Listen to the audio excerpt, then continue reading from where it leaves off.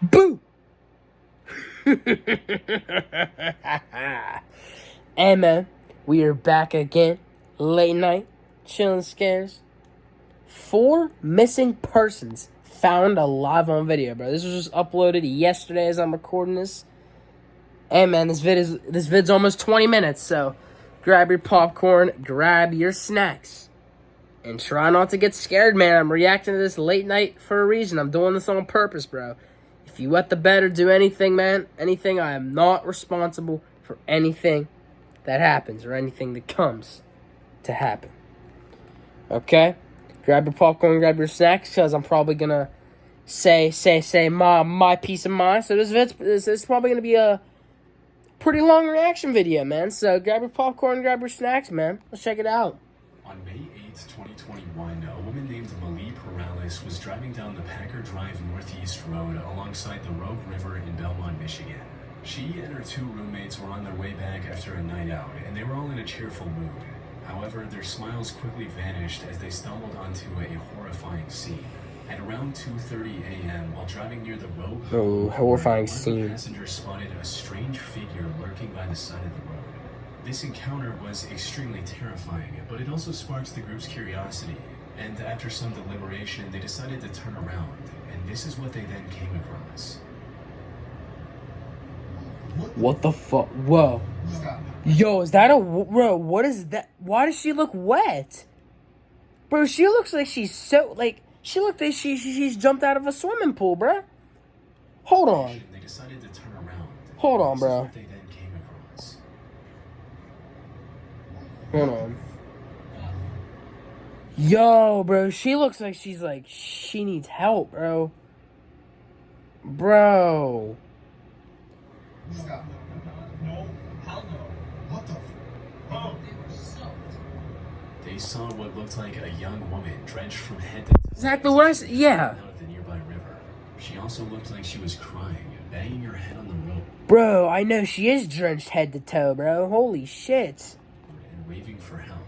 Malie posted the video of this encounter on TikTok, and it instantly went viral, leading people to come up with all sorts of far-fetched theories about ghosts, spirits, etc. However, as wild as the theories got, Malie later posted several videos shutting them down and revealing what really happened. According to her, they kept circling back and driving past the disturbed woman several times after recording the first video to make sure she was okay.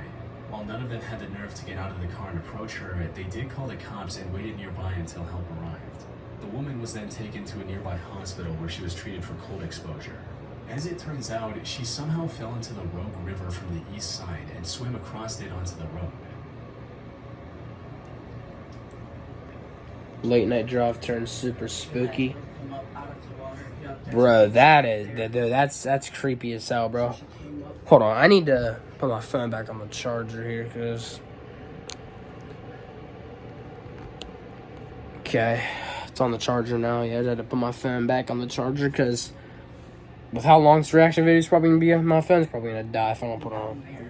Alright. Damn! That is... Damn, that's soaked. Holy. Damn, bro. Hey, bro, I hope she's okay, though, for real. I ain't gonna lie, bro. I hope she's okay, bro.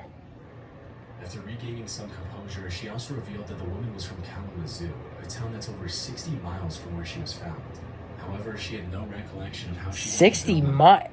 She has no... Is that... Bro, how? Do you not know? Hold on. Because... Oh, hold on. No, I know. Because, bro, it's a fugue stage. It's a fugue stage, bro. Was she in a fugue stage, bro? Because, bro, because he said she had no idea how she got there, how she got to Belmont, Michigan, and she had no idea. She was probably in a fugue stage or something. Wait, hold on. Was she in a fugue stage or something? Fell in a river so far away from home. From what we know, she was most likely experiencing a severe mental break, where her memory gap was caused by a rare condition known as fugue state. Something we Exactly what I said, bro. did a previous video on the most disturbing mental disorder. Oh, so Sister still remember. I haven't reacted to that yet. Hey, I should react to that, Luke. Yeah, I haven't reacted to that, honestly. I haven't watched that yet, but. For those who don't know, a fugue state is a rare condition where a person suddenly loses their memory and starts acting. Yeah, it's where they suddenly lose their memory, and then they start, and then they can go to like a random. So, say a person in California, bro, they go all the way from California to motherfucking like across the state and motherfucking goddamn Ohio or some shit. But without even really even knowing that they're doing it, or they don't even know the problem they're doing, or like an issue with them doing it, like it's crazy, bro. Like someone else. They might wander off, travel long distances, or do things completely out of character without realizing anything is wrong. Yeah, It's they usually don't triggered by realize. extreme stress or trauma, and once it's over, the person often has no memory of what happened. And while this condition is quite rare, all the signs suggest that's exactly what happened to this mysterious woman from Kalamazoo. Especially since the authorities later found her car parked behind a random house just east of the river. She likely Oh, they drove to did? the neighborhood on her own, but had zero memory of doing so, which fits perfectly with the known symptoms of fugue state. Malie also shared her video in a local Facebook group, hoping to find more answers about what went down. Unfortunately, the responses she received weren't as helpful as she'd hoped, since most people in the neighborhood believe the screaming and noises were just the sounds of a wild animal, like a coyote. But there were a few responses that deepened the mystery. Like this one person who remembered meeting her earlier that same night, stating, "Saw this person between Van Dam and Packer Woods around 10:15 p.m. Friday. Asked her if she needed help, to which she responded no." Another person also mentioned hearing about a woman walking into his neighbor's house, yelling hello 3 times and then leaving on her own. And while this added further evidence supporting the fugue state theory, these responses still left a key question unanswered. Who was she? Malie tried to contact both the police and the hospital for answers, but despite her insistence, both the police officers I know. That's the question. Though. Who is she? Who is this girl? refused to reveal her real name. That said, we still have enough information to make an educated guess. Based on everything I could uncover, the mysterious woman in this unsettling video was most likely Mei Zhang. She was a 28-year-old Chinese woman who went missing from Kalamazoo on May 6, 2021. Before her disappearance, she told her... Yeah, I was about to say, because it's around that time, May 6th, friends that bro. she felt like she was being followed by a stalker she met online. Unfortunately, these are the only details about her case that were made public. I couldn't find any clear answers on whether the stalker was real or if she was just overwhelmed by paranoia. In either case, the constant fear and stress of feeling watched likely drove her to slip into some variation of the fugue state we discussed earlier. Hopefully she received the mental help she desperately needed and is now in a better mental state than she once was. I know, for real, bro. I hope so. Hopefully that woman is in a better mental state, bro, than what she was, for real though.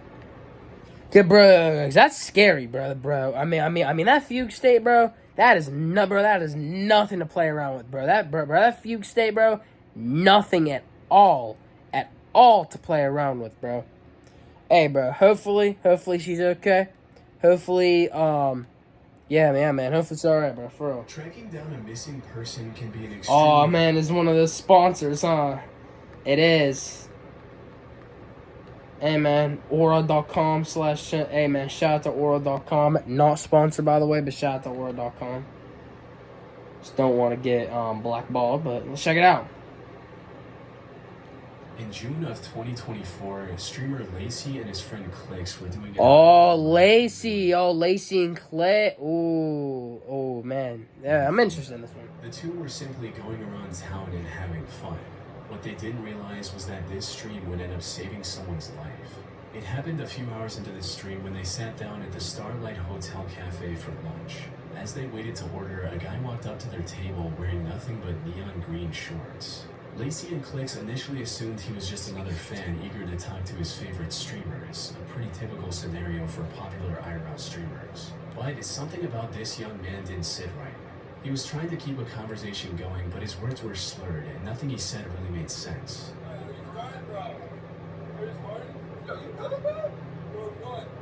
The streamers figured he was either drunk or on some kind of drugs. For content, they started poking fun at him a bit before shifting their focus back to their stream. But the guy continued to linger around, acting very odd and saying unintelligible sentences for the next half hour or so before finally leaving them for good. The streamer simply labeled it as an odd interaction from someone under the influence of something or another and continued on with their stream. Lacey later uploaded an edited down version of this stream on his YouTube channel. And that's when he got an email that made him realize the significance of what they had just caught on camera. 2 days after this video went up, Lacey received an email from a man named Trent claiming to be the brother of the guy seen in green shorts. It read, "Hello, my name is Trent Coleman, and my missing little brother from Michigan was on Clicks and Lacey's stream in Miami. He was wearing green shorts and they were making fun of him. He is not on drugs. He is schizophrenic, and he is 17 years..." Man, bro, that's tough. He's schizophrenic, bro. That's tough, bro.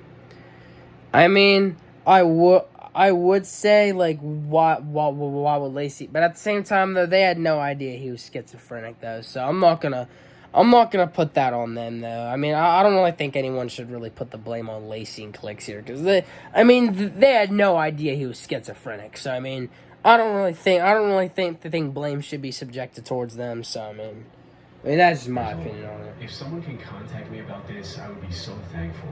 He has been missing for 3 months, and his case... 3 months? 3?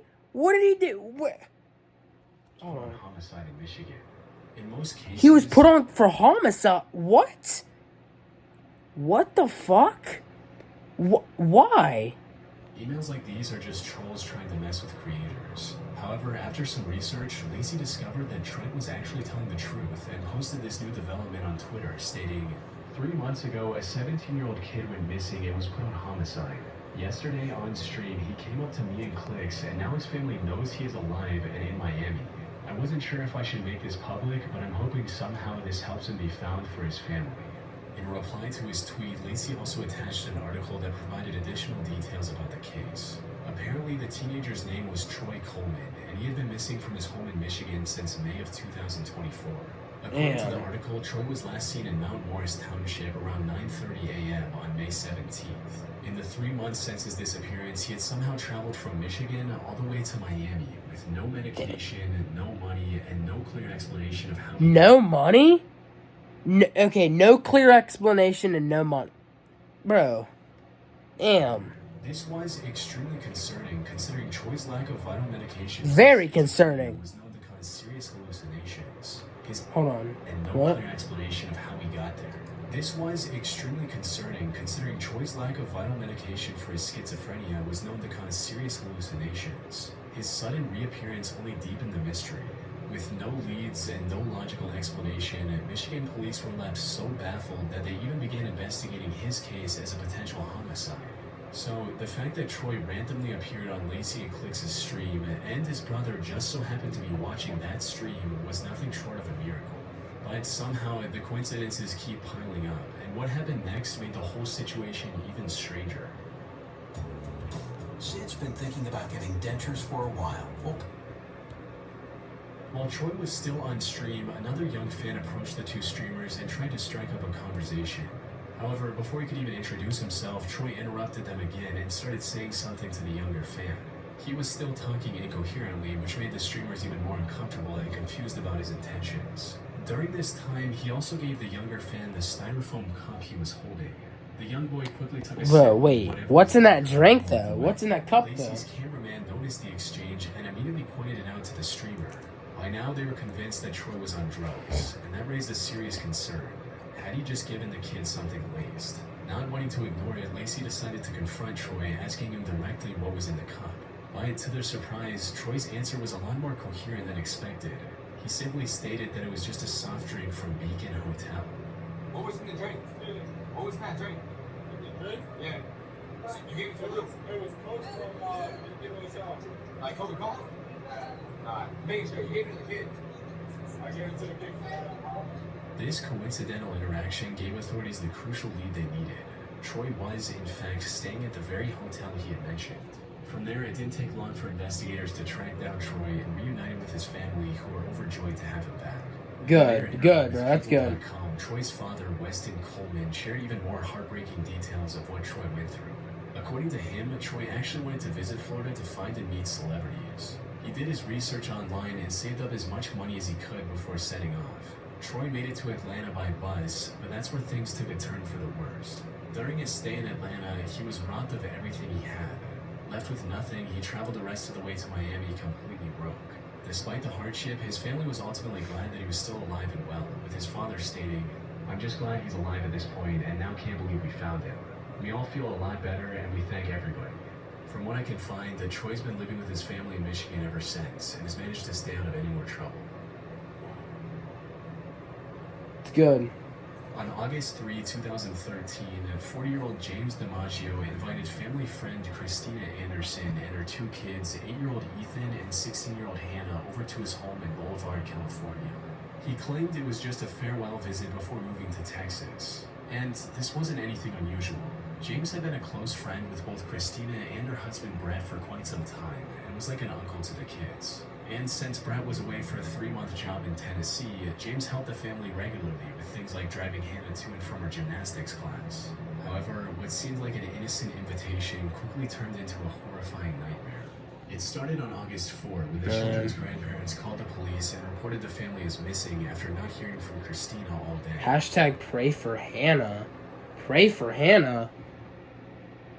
Oh, did something happen to Hannah? Oh, They my also God. informed the police about the family's plan to visit James. However, when investigators reached James's home, it was already engulfed in flames. Firefighters Engulfed in rushed to the flames? scene to suppress the fire. Unfortunately, they were too late. Inside the burned house, they discovered the bodies of Christina Anderson, her son Ethan, and even the family dog. And while this could have been nothing more than a tragic accident, the reality was far more cruel. Later autopsy discovered severe injuries on Christina. These included signs of plastic cable ties around her ankle and arms, duct tape marks around her neck and mouth, multiple fractures in her right arm and both legs, a cut on her neck, and signs of at least 12 heavy strikes to the head. And the autopsy, Ethan Anderson determined that the boy died because of the fire, though he had scuttle fire that could have been caused by events during the day of the Eight-year-old murder. son Ethan also had multiple fractures throughout his body. However, despite the horrific scene, there were no signs of James or Hannah anywhere near the house. Oh my It didn't fucking take long for God. investigators to connect the dots and realize that James DiMaggio was the mastermind behind this horrific crime. It also became clear that he had orchestrated the murders not just out of violence, but with the intent to kidnap Hannah. His actions were calculated and driven by some twisted obsession as he took her from everything she had in her life. After learning about this, the police quickly issued a statewide Amber Alert in hopes of getting any information regarding James and missing Hannah's whereabouts. In the meantime, investigators also discovered security footage of James passing through the Border Patrol checkpoint in Pine Valley at around 10 p.m. This also prompted them to launch a massive manhunt spanning the entire Pacific coast from British Columbia to Baja, California. However, despite the massive effort and the hundreds of man-hours put into the search, the manhunt turned up empty. Every lead seemed to result in a dead end, and the odds of successfully rescuing Hannah started to dwindle with every passing day. Things looked bleak. That is, until 3 days later, when 2 horseback riders spotted a man and a girl while trekking through the remote wilderness of Cascade, Idaho. They had seen the broadcast of Hannah's disappearance on TV and instantly recognized the young girl and her captor. They reported the sighting to authorities, who instantly began investigating the area, and soon after they found James's car with its plates removed to avoid detection. However, it still took them 3 more days to track down the campsite James was hiding in. The FBI had set up a jet with a sophisticated long-range camera recording from thousands of feet above, which is what you're seeing now. No This way. footage confirmed Look at they that. found the missing Hannah. No On the way. 10th of August, Bro, Hannah's right there. the FBI took it upon itself to rescue Hannah and mobilized a tactical team for the mission. They kept eyes on James for some time, looking for the right moment to attack. However, he was sticking close to Hannah, which made it near impossible for the rescue team to make their move. Fortunately, after some time, James moved away to gather some firewood. And while he was completely oblivious, Hannah actually spotted a rescue helicopter and started waving for help. This was the perfect Okay. opportunity, and the FBI didn't let it go to waste. They quickly moved in and carried Hannah to safety. After noticing the rescue mission, James took out one of the guns he had with him and fired at an officer. The rescue team then returned fire, resulting in him getting shot 6 times in the head, arms, and upper torso. Hannah was Bro. finally safe. And Okay, while this good, was bro. That's good, bro. Hannah was good, safe, bro. Hey, that's good, bro. one of the most terrifying Safe. experiences a teenage girl can have, Hannah's managed to completely bounce back. She is now 27 years old and is happily living with her husband and 1-year-old son in Vancouver, Canada. Hey, that's nice, bro. That's nice. Very nice. On the 27th of May 2013, at around 4 p.m., 73-year-old Robert McDonough disappeared from his home in Portland, Maine. Now, an elderly person going missing is extremely stressful and it's... Yeah, oh, he's elder. Yeah, he's elder. Yeah, I mean, that is stressful. However, what made Robert's situation even more dire was the fact that he was also suffering from dementia. For those who don't know, Man, dementia. Hey, bro, that's tough, bro. Bro, that's tough, bro. My great grandma, bro. She passed away last year, bro, and she had dementia, bro. Sucks, bro. Dementia, it sucks, bro. Dementia is not fun at all. My great grandma suffers from dementia, bro. Hey, I know how it is, bro. I know how it is with dementia, bro. My great grandma suffered from it, bro. Dementia is a mental condition which makes it difficult to remember things, think Yup. clearly, or even recognize familiar faces. Yup, makes it People difficult with to dementia recognize can shit. forget everything from their own names to the faces of loved ones, leaving them confused about where they are or how they got there. This can also extend to forgetting where they live. For someone with dementia, wandering outside can quickly turn from a harmless mistake to a life-threatening situation. A person with memory loss isn't just lost in terms of direction, they're lost in terms of identity and awareness. They forget how to care for themselves, how to recognize danger, and how to make decisions in an increasingly hostile world. These conditions can prove to be lethal for a healthy young adult, and the danger is increased tenfold for a frail... And bro, so I mean that dementia probably hit, bro. He probably just got out of house, started walking somewhere, bro. Because I know it also kind of sounds like that potential of the fugue state that we mentioned earlier in the video, but I don't know. I don't really think it's the fugue state though. Man trying to navigate a world that no longer makes sense to him. He could have easily wandered into traffic or tripped and fallen in a remote area, and no one would have known. Quite simply, Robert's life was in extreme danger. This is also why the authorities moved quickly after receiving the missing report and began searching every corner of the city within hours of his disappearance. Search and rescue teams spent more than 14 hours searching an area of Leamington after 73-year-old Robert McDonough, who has dementia, disappeared Monday afternoon.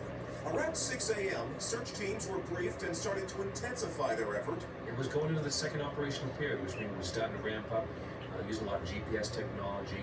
Again, we'd have our pilots, we'd have ATVs, K9s. However, they were having a hard time figuring out where Robert could have gone.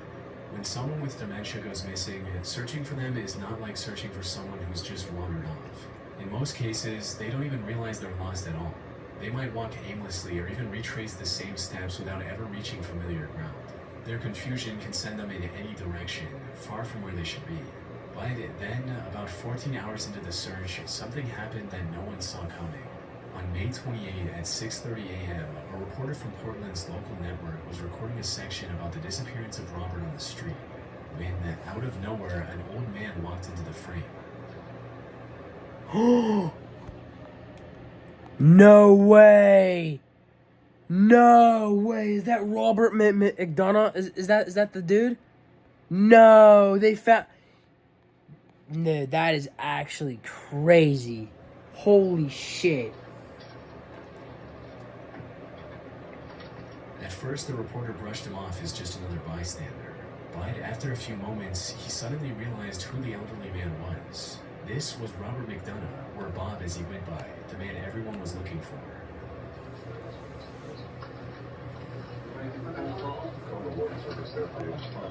Bro, that's insane. And that was on live news television shit too. No way, bro. Fortunately, he was completely unharmed, despite being out in the cold all night.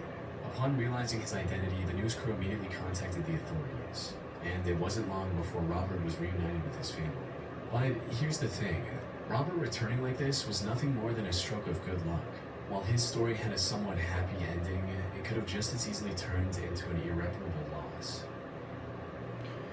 Hey man, that's it, bro.